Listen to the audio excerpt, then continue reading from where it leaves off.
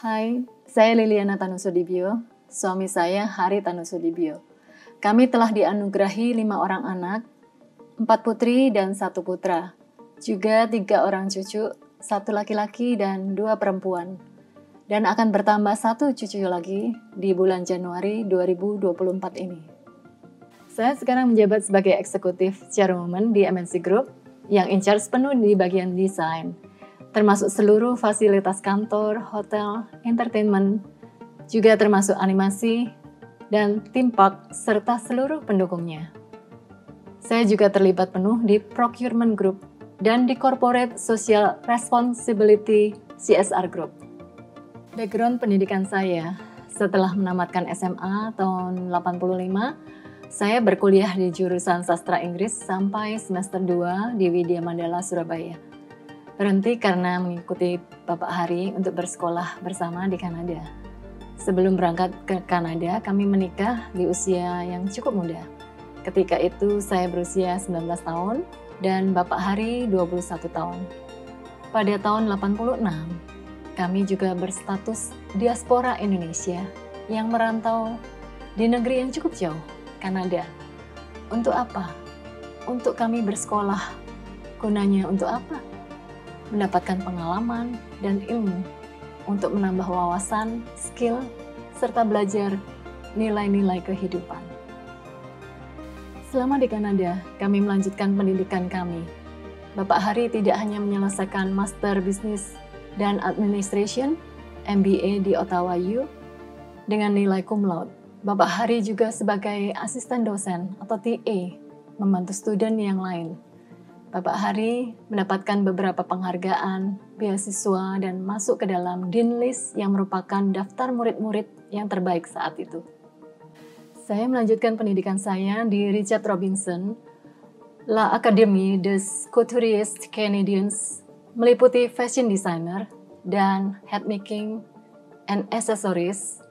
Saya juga mengambil fashion merchandising di ICS, juga di bidang beauty di Versailles Academy of Makeup Arts and Aesthetics sebagai professional color consultant dan professional cosmetician, serta meraih beberapa diploma dengan nilai honors dan magna cum laude yang dapat dibilang sangat baik. Pertanyaannya, bagaimana kami belajar dan dapat menghasilkan hasil yang baik? Karena kami menggunakan waktu kami dengan sebaik-baiknya. Kami tahu tujuan kami merantau ke negeri yang jauh, di Kanada. Saat itu orang tua masih membiayai kami, sehingga tidak ada alasan lagi untuk kami menyia-nyiakan waktu dan kesempatan tersebut. Kami menggunakan waktu itu dengan tekun, rajin, dan maksimal untuk menghasilkan hasil yang baik. Waktu berlalu begitu cepat, anak-anak telah dewasa. Saya memutuskan untuk kembali menimba ilmu. Di sini saya memutuskan untuk belajar sesuatu yang berbeda. Saya seorang yang cukup taat. Saya tahu bahwa kita semua manusia adalah ciptaan Tuhan yang Maha Esa. Dalam ketaatan saya kepada Tuhan, saya ingin tahu lebih lagi tentang Tuhan yang direlasikan ke dalam ilmu pengetahuan. Di sini diambil perspektif dari sisi manusia. Karena manusia terbatas dan Tuhan tidak terbatas. Dan Tuhan tidak dapat dibatasi. Saya mendaftarkan diri saya di awal tahun 2020 di Sekolah Teologi Kingdom dan sekarang sedang mengerjakan skripsi untuk target kelulusan saya di tahun 2024. Menjadi calon legislatif adalah sebuah panggilan dan sekaligus sebagai bentuk pelayanan kepada masyarakat. Tentunya dengan melayani masyarakat, kita tidak bisa sendiri. Kita bersama-sama dengan caleg-caleg yang berkualitas lainnya. Kita dapat membawa Indonesia ke arah lebih maju. Sebagai pribadi, saya berkomitmen untuk dapat memberikan kontribusi saya kepada masyarakat.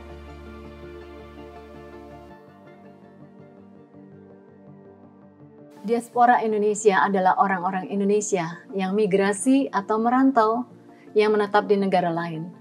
Orang-orang yang lahir di bumi Indonesia, mempunyai paspor Indonesia, meninggalkan negeri Indonesia karena beberapa kepentingan atau keperluan. Pertama, karena pekerjaan. Mereka para ahli di bidang tertentu yang lapangan pekerjaannya sangat terbatas di Indonesia. Bahkan tidak ada, termasuk pelajar-pelajar Indonesia, dosen, para peneliti, dokter, profesor, TKI, TKW, PMI, dan lain-lain.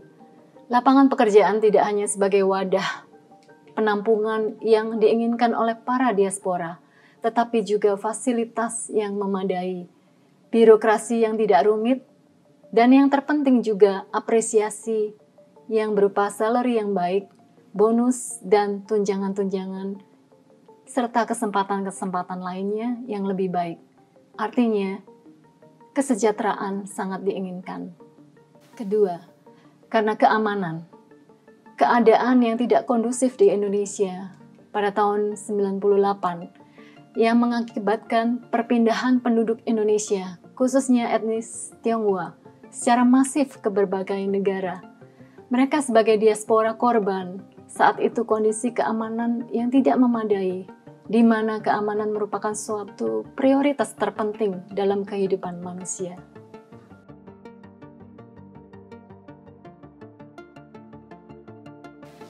Keluhan yang saya dengar selama ini, khususnya orang-orang yang terkena korban peristiwa 98. Traumatik yang menghantui mereka membuat para diaspora memutuskan untuk tetap tinggal di perantauan. Mereka harus bekerja serabutan, menggunakan tenaga dan basic skill mereka, seperti di restoran, di toko, cleaning service, dan sebagainya. Karena mereka tidak mempunyai surat-surat yang lengkap, mereka tidak dapat bekerja di posisi yang lebih baik jika mereka tidak dilengkapi dengan surat-surat yang memadai.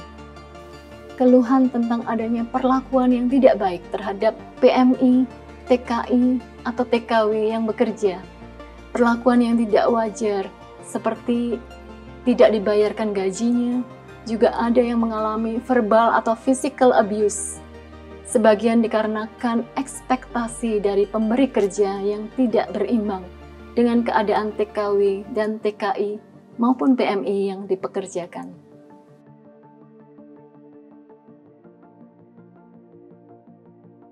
Sebagai wakil diaspora dari Dapil DKI II di DPR RI, saya ingin memperjuangkan diaspora Indonesia, terutama yang kepindahannya sebagai korban, agar mereka dapat diberikan kemudahan dalam mengurus surat-surat sebagai warga negara Indonesia yang merantau karena kondisi traumatik.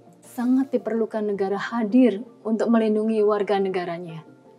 Dukungan dan hadirnya negara membantu diaspora mengalami pemulihan dan perlahan menghilangkan rasa traumatiknya, sehingga timbul rasa kepercayaan diaspora untuk kembali ke tanah air, tanah kelahirannya, bersama memajukan negeri Indonesia.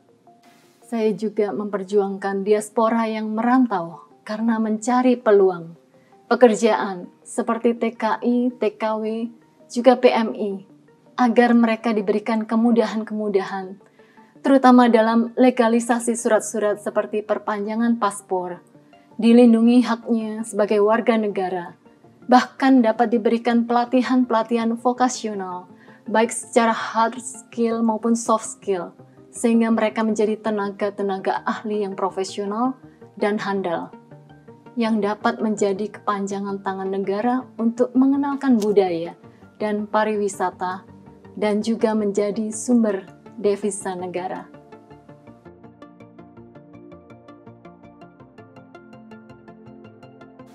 Isu tentang menghadapi kemajuan teknologi yang sangat pesat. Ada dua tantangan: menjadi pelaku atau pengguna kemajuan teknologi yang bertanggung jawab, bijak, dan beretika, atau menjadi pelaku atau pengguna yang egois, tidak bertanggung jawab, dan hanya mementingkan kepentingan dirinya atau golongannya dengan menabrak semua etika. Isu berita hoax, kriminal online, ini adalah bentuk-bentuk pelaku atau pengguna teknologi yang tidak bertanggung jawab, serta mementingkan diri atau golongan yang harus bersama-sama kita hindari, bahkan kita berantas.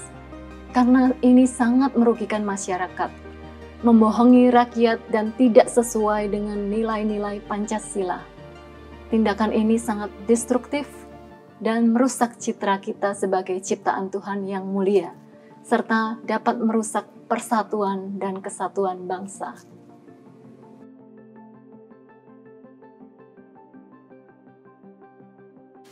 Diaspora Indonesia, dimanapun Anda berada, dengan status apapun, sebagai pelajar, PMI, TKI, TKW, dan lain-lain, Anda adalah warga negara Indonesia, lahir sebagai orang Indonesia. Anda diciptakan berharga di hadapan Tuhan. Tetap pegang nilai mulia yang Tuhan berikan kepada manusia ciptaannya. Tetap fokus pada tekad awal Anda memutuskan keluar dari negeri ini, merantau untuk mengejar apa? Jika itu ilmu, belajarlah sebaik-baiknya dengan rajin. Anda akan mendapatkan ilmu dan hasil yang baik, juga penghargaan, sehingga Anda dapat turut memajukan Indonesia dengan ilmu Anda. Jika itu pekerjaan, bekerjalah dengan rajin. Anda akan mendapatkan skill yang baik, dan juga tentunya hasil yang baik dan penghargaan, sehingga Anda dapat turut ambil bagian dalam membangun negeri. Jika itu keamanan, berusahalah untuk selalu berdamai dengan semua orang, mengasihi, bekerja dalam pelayanan, tetap berharap kepada Tuhan, karena hanya Dia, Tuhan, yang dapat memberikan kedamaian dan keamanan dalam diri kita. Karena rasa aman sesungguhnya itu adalah saat kita tahu bahwa Tuhan selalu bersama dengan kita, dimanapun kita berada. Sebagai manusia yang berharga, kita mampu memotivasi diri, membangun diri untuk selalu maju, berdampak positif bagi orang-orang di sekeliling kita, membangun negeri yang kita cintai, Indonesia. Tuhan menyertai kita semua.